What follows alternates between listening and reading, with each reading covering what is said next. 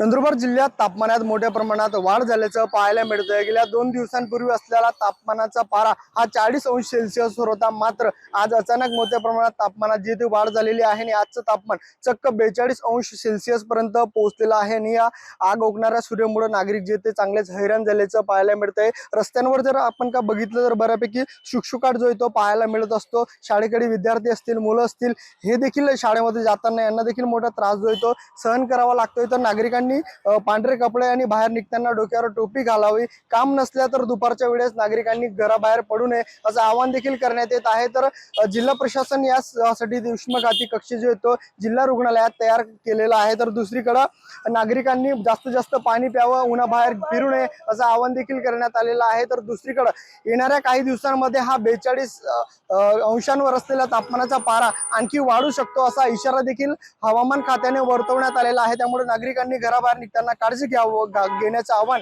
करण्यात येत आहे। सागर निकवाडे, साम टीव्ही न्यूज, नंदुरबार।